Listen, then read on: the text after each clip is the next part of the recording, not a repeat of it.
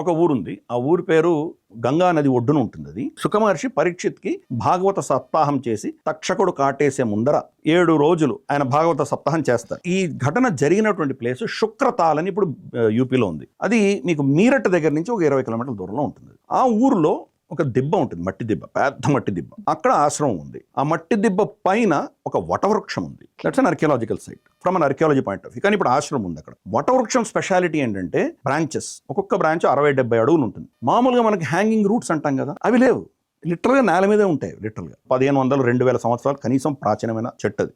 అక్కడ భాగవత సప్తాహం ఇప్పుడు కూడా జరుగుతుంది. ఇక్కడి నుంచో ప్రవచనకర్తను తెచ్చుకుంటారు వాళ్ళు. 3-4 బస్సుల్లో వస్తారు వాళ్ళు. అక్కడే వంట చేసుకుంటారు. అక్కడ గోశాల ఉంది. వాడు ప్రవచనకర్త 7 రోజులు భాగవత సప్తాహం చెప్తారు. అక్కడ వటవృక్షం మీద రామచిలుకలు వస్తే కన్నా సుఖమహర్షి దర్శనమైన దండలు పెట్టుకుంటారు వాళ్ళు. ఇది కొన్ని వందల సంవత్సరాలుగా పరంపర నడుస్తుంది. మనకు దాని గురించి తెలియదు కూడా తెలియదు. ఇక్కడ భాగవత సప్తాహం జరిగింది అన్నటువంటి నమ్మకము ఏమి తెలియనటువంటి కుగ్రామాల్లో కూడా ఈ సంస్కృతి ఉంది. మనం దీని నుంచి కట్ ఆఫ్ అయిపోయాం మనం. కానీ వాళ్ళు ఇంకా దాని పరంపరను పాటిస్తున్నారు. ఇంత ఇస్లామిక్ దాడులై ఇస్లామిక్ రాజ్యంలో వాళ్ళు అనుభవించిన తర్వాత కూడా ఇప్పుడు కూడా ఆ పరంపరను సాగిస్తున్నారు.